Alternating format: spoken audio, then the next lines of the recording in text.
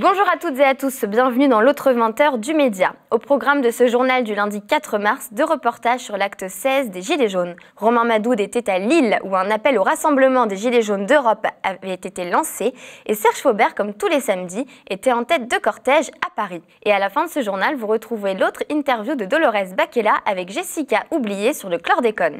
Mais avant, un point sur l'actualité. 2 jeunes de 17 et 19 ans sont morts samedi soir à Grenoble dans un accident de scooter alors qu'ils étaient poursuivis par la police. Un événement qui a déclenché 2 nuits de révolte urbaine dans le quartier Mistral d'où étaient originaires les 2 garçons. Une caserne de CRS a été ciblée, des policiers et gendarmes sont arrivés sur place et ont répliqué par des tirs de grenades lacrymogènes et de balles de défense. Une enquête judiciaire a été ouverte pour déterminer les circonstances de la mort de ces 2 jeunes. Le parquet évoque un accident, mais des proches des victimes parlent, eux, d'une bavure. Un proche des victimes a d'ailleurs lancé à un journaliste de l'AFP présent au palais de justice de Grenoble hier en début de soirée, je le cite, « Vous pouvez écrire que la police est responsable de leur mort ». De son côté, Éric Piolle, le maire de Grenoble, a appelé au calme. Le gilet jaune Maxime Nicole a manifesté son soutien au quartier et a appelé aujourd'hui à la mobilisation en mars contre le comportement de la police avec les jeunes des quartiers populaires et depuis 4 mois avec les gilets jaunes. Pour suivre l'acte 16 du mouvement, Romain Madoud était à Lille où une mobilisation un peu particulière s'est tenue avec un mot d'ordre, l'Europe à Lille. De France ou d'ailleurs, les revendications des Gilets jaunes sont les mêmes et leur motivation reste intacte. Un reportage tourné par Achour Chaoui. Il est 12h30 ce samedi 2 mars lorsque les premiers Gilets jaunes apparaissent sur la place de la République. À Lille, pour ce 16e jour de mobilisation, les revendications restent les mêmes. Plus de justice sociale et plus de démocratie.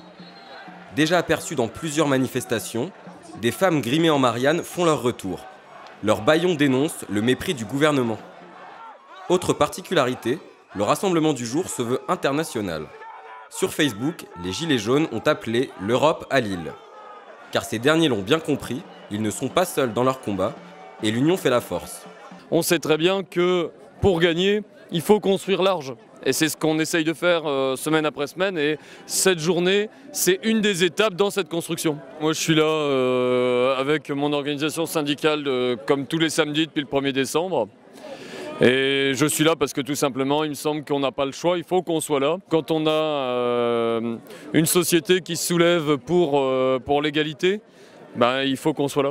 Je suis peut-être assez loin de leurs conditions de vie, mais quand je vois des gens comme ça, je me dis on ne peut être que dehors. Ça doit dépasser les frontières.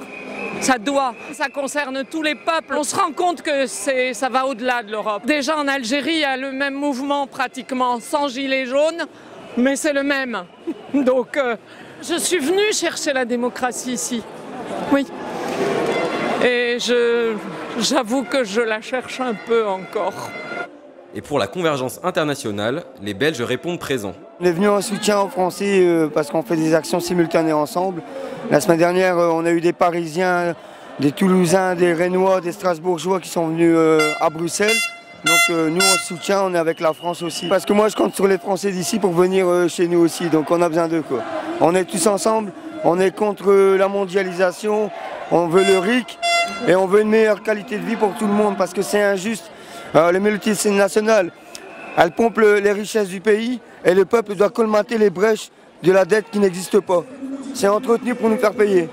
Face à ce sentiment d'injustice, les institutions sont aussi en ligne de mire. Je porte un gilet jaune pour divers motifs, la vision des institutions, essayer d'insuffler un petit peu la partie auto-organisation dans le mouvement, tout ce qui est coopérative de distribution, de production, pour ne pas être que dans la quémande, mais aussi dans le faire directement. Je suis Anaïs, je suis dans le mouvement depuis le 17 novembre. Tous les actes, pratiquement je les ai tous faits en fonction de mon travail. On monte à Paris, on va à Lille quand on peut et on lâchera rien, quoi. On en parle dans le monde entier, il y a des gilets jaunes dans le monde entier. Même là, moi j'ai dormi 2 heures parce que j'étais nuit, je retourne de nuit et je lâcherai rien et je serai toujours là. Et c'est important. C'est important que les gens se mobilisent. Il y a trop de gens qui ne se sont pas encore mobilisés. Il faut qu'ils nous rejoignent, quoi. Malgré un cortège plutôt calme, des gaz lacrymogènes sont lancés à plusieurs reprises. Alors que la manifestation se termine, Des tirs de dispersion sonnent le glas du défilé. Mais la violence des forces de l'ordre n'entamera pas la détermination des Gilets jaunes. Ils étaient 3000 selon le nombre jaune à défiler ce samedi dans la capitale du Nord et ils comptent bien poursuivre la mobilisation.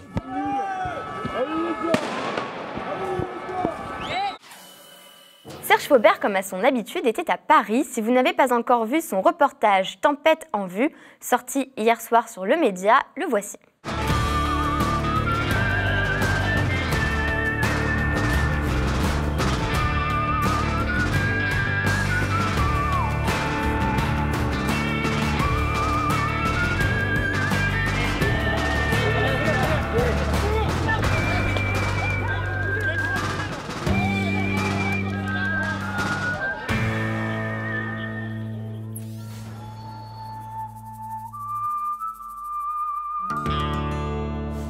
Souvent, dans les matchs de boxe, les combattants mettent à profit les dernières reprises pour récupérer physiquement avant de jeter toute leur force dans le round final, celui qui leur apportera la victoire ou bien la défaite.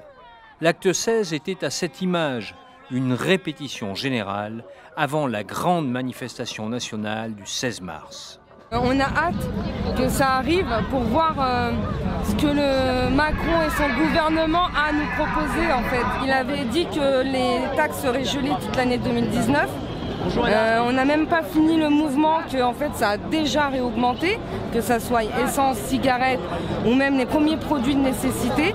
Donc en fin de compte, concrètement, ils nous crachent au visage. Ils nous crassent au visage et concrètement, pour moi c'est une insulte et c'est quelque chose que je ne peux pas tolérer. J'ai été au grand débat et je vous le dis, ça n'a servi à rien. Vous y avez été? Oui, j'ai participé à un des grands débats. Mes collègues Gilets jaunes qui étaient là ont dit les mêmes choses qu'on répète dans les manifestations. Mais je suis sûre qu'à la fin du grand débat, on en sera au même point. Le président a dit que vous étiez complice du pire en participant aux manifestations. Quel est votre sentiment? Je sais pas, en me regardant, est-ce que j'ai l'air du pire? J'ai pas l'impression d'être du pire, d'être ni un casseur, ni un antisémite, ni quoi que ce soit d'autre. Je suis un simple citoyen français qui veut défendre des droits. Maintenant, on le sait, ça va être encore plus en nombre parce que toutes les régions de France vont monter sur Paris. On espère qu'ils vont pouvoir monter, que le gouvernement ne va pas faire des blocages au périphérique, à toutes les gares de péage et ainsi de suite pour éviter que le mouvement monte. Mais voilà, on est toujours mobilisés. Des gilets jaunes, il n'y en a aucun que j'ai peur. Moi maintenant, ma seule crainte, c'est la crainte de la police qui est normalement soi-disant pour nous défendre, qui sont là pour nous attaquer. Moi, je suis le plus pacifique de tous. Combien de fois on a été gazés? Combien de gens ont été matraqués? Il y a des gilets jaunes qui sont violents, je le reconnais, j'en ai vu. Mais en contrepartie, il y a aussi de la violence de la police qui n'a jamais été dénoncée. Et c'est ça le pire pour moi. Moi, je travaille dans les quartiers du 93. Maintenant, quand je verrai les voitures de la BAC interpeller des jeunes, je peux vous dire que maintenant, je vais les hurler la BAC. Et je vais être du côté des jeunes. Parce que je comprends le mal qu'ils ont dans les cités, mais je ne le voyais pas de ce sens-là. Je pensais que vraiment la police faisait son travail. Mais quand on voit comme ils interpellent les gens, des gilets jaunes qui n'ont rien fait, je me pose franchement des questions sur la police. Les manifestants étaient presque aussi nombreux que d'habitude. Du haut en bas, l'avenue des Champs-Élysées était en jaune. Comme ce couple de retraités, habitués des cortèges. On en a loupé que deux depuis le début. Une pour la Noël et une autre par erreur. Donc on souhaite que ce gouvernement et ce président s'en aillent. C'est notre seul objectif. Voilà. Parce que c'est vraiment des gens qui font du mal à la France. Pas une question de pouvoir d'achat, parce que ça va, on a des retraites convenables. Mais... Et vous n'avez pas peur dans ces manifestations? On n'a jamais peur. Non, on se méfie quand même. On évite d'être trop près des flics derrière, même si on ne marche pas toujours très vite, mais à part ça, non. Sans indiscrétion, vous avez quel âge? 82, en ce qui me concerne, parce que mon épouse s'est défendue de parler de son âge. Ah, c'est à vous que je l'ai demandé, vous voyez. La manifestation va parcourir 12 km dans Paris, avec nonchalance et bonne humeur, malgré l'encadrement des forces de l'ordre. Les unités de la police sont prêtes à bondir, casques sur la tête, cagoules et matraques à la main, ce qui n'est pas pour alléger l'ambiance. Les gendarmes mobiles, en revanche, sont restés en calot. Les tonfas sont rangés et les visages apparents. Certains font même la causette avec les manifestants. Comme nous le confirmera un interlocuteur sur place, la direction de la gendarmerie nationale tente de restaurer l'image de l'arme, passablement abîmée par ces 3 mois de manifestation. Enfin, le cortège arrive place d'Enfer Rochereau, où il doit normalement se disperser. Un simple cordon de gendarmes empêche la manifestation de continuer sur sa lancée. Bloqué comme ça. On attend des ordres, monsieur. Ah oui, c'est bien. Et les ordres que vous exécutez, ils sont pas On n'est que des petits, dit l'officier. En effet, l'hésitation des gendarmes va permettre à plusieurs centaines de manifestants de partir en manifestation sauvage dans les rues du 14e arrondissement. Après avoir défilé encadré au plus près, les manifestants savourent la liberté retrouvée. On est libre, c'est ça la manifestation. Pourquoi nous dire où on doit manifester, ce qu'on doit faire? Non, c'est fini tout ça. Je pense que M. Macron n'a pas bien compris. Hein. Mais voilà, on risque de prendre des flashballs, on risque de se faire tabasser, mais au moins on manifeste librement. Pourquoi vous en avez marre d'être encadré par les forces de police? Bah oui, surtout que, vous savez, on n'a pas peur des Black Blocs ni du reste, on a peur de la BAC surtout. Je pense que c'est pour ça qu'ils nous encadrent les CRS, pour nous protéger de la BAC, non? C'est eux qui font des dégâts chez nous. J'en ai fait beaucoup des manifs toute ma vie, ou des manifs pacifistes où on fait de Bastille à République, ça a servi à rien. Le pire, c'est qu'on ment sur les chiffres, c'est ça qui me dérange le plus, c'est que vous essayez de rassembler le plus de gens, de vos amis, et pour qu'après on vous dise même pas le 10e de ce qu'il y a. Donc au bout d'un moment, quand ça pète, au moins là les gens sont entendent. Donc que ce soit sauvage ou pas, moi ça me plaît pas trop parce que c'est dangereux. En soi, je préférais vivre bien ma vie paisiblement, mais je sais que de cette manière-là, il n'y a que cette manière-là qui fait peur à certaines personnes. Et voilà. Seule la section motocycliste de la compagnie d'intervention a réussi à recoller au cortège qui multiplie les changements de direction afin de semer les forces de l'ordre. Les unités pédestres se rapprochent, d'autant plus nerveuses qu'elles ont dû courir.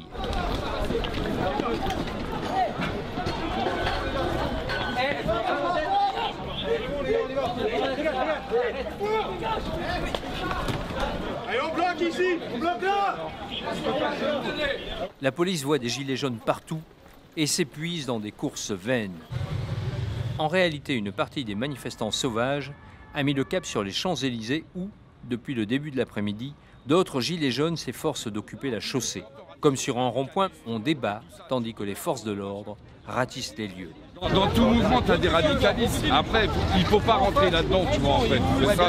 C'est pour ça qu'il ne faut pas mélanger les pays, les drapeaux. Chacun voit son truc, chacun voit son inspiration et fait ce qu'il veut faire. Mais bon, Dieudonné, c'est une merde. Hein. Oui, non, mais c'est un raciste de merde. Je m'associe pas. Je suis pas pro Dieudonné à dire le matin, tu vois. Ah ouais, je sais. Je te jure, même les touristes, ils ont même plus le droit de passer maintenant. On va marcher jusque là-bas au bout, alors, tous ensemble. On est tranquillement, on parle, on discute et on nous ratonne. Alors qu'on est en train de discuter, on débat, on fait rien de plus. Et vous êtes satisfait de cette journée ou pas? Oh, dans l'ensemble, oui, ça va. S'il n'y avait pas eu autant de violence policière, ça aurait été encore mieux. En effet, un tir de LBD à courte distance a blessé gravement une personne au visage. Dans la soirée, l'inspection générale de la police nationale indiquera d'ailleurs qu'une enquête administrative a été ouverte. À l'affrontement direct, les Gilets jaunes préfèrent ce soir-là la résistance passive, comme ce manifestant à contresens sur l'escalator. Si vous refusez de vous disperser, alors demain vous dispersez, soit on vous contrôle. Alors, dispersion.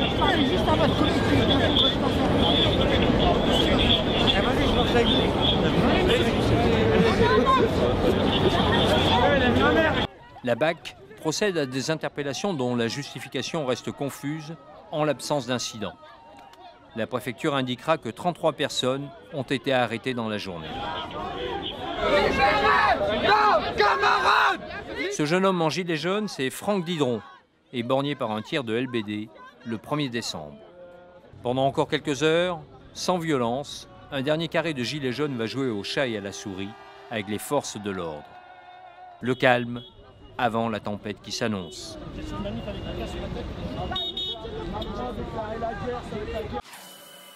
Le Centre Europe Tiers-Monde, association membre du Conseil économique et social de l'ONU, a engagé une procédure auprès de l'ONU pour exhorter le gouvernement à cesser la répression contre les Gilets jaunes. Irving Magie s'est entretenu par téléphone avec Mélie Cosden, directeur de l'association. Écoutez-le.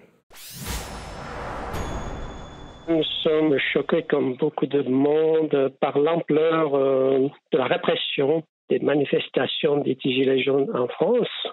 Comme on était dans la période d'une session du Conseil des droits de l'homme de l'ONU, qui se réunit actuellement à Genève, entre fin février et fin mars, Évidemment, la protection des droits humains partout dans le monde fait partie de son mandat. Et on a voulu présenter ce cas au Conseil des droits de l'homme. Nous avons une double demande. D'un côté, le gouvernement français doit cesser la répression aveugle. Elle doit donc annuler des lois liberticides, que ce soit pour les manifestants que pour les syndicalistes, et aussi des lois qui entravent les droits du travail. Elle doit renoncer à criminaliser les mouvements sociaux, puis permettre une enquête indépendante sur les exactions commises par les forces de l'ordre durant les manifestations des Gilets jaunes.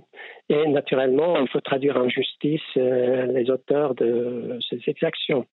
Et du côté de l'ONU, comme au Conseil des droits de l'homme, nous avons des mécanismes de protection des droits humains.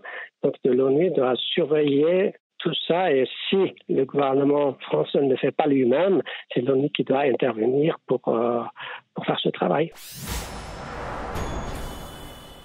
C'est la fin de ce journal. Dans un instant, vous retrouverez l'autre interview de Dolores Baquela avec Jessica Oublié sur le chlordécone, ce pesticide utilisé dans la culture de la banane en Martinique et en Guadeloupe, où l'on dénombre des taux records de cancer de la prostate. Jessica Oublié prépare un roman graphique sur ce pesticide intitulé Tropique toxique.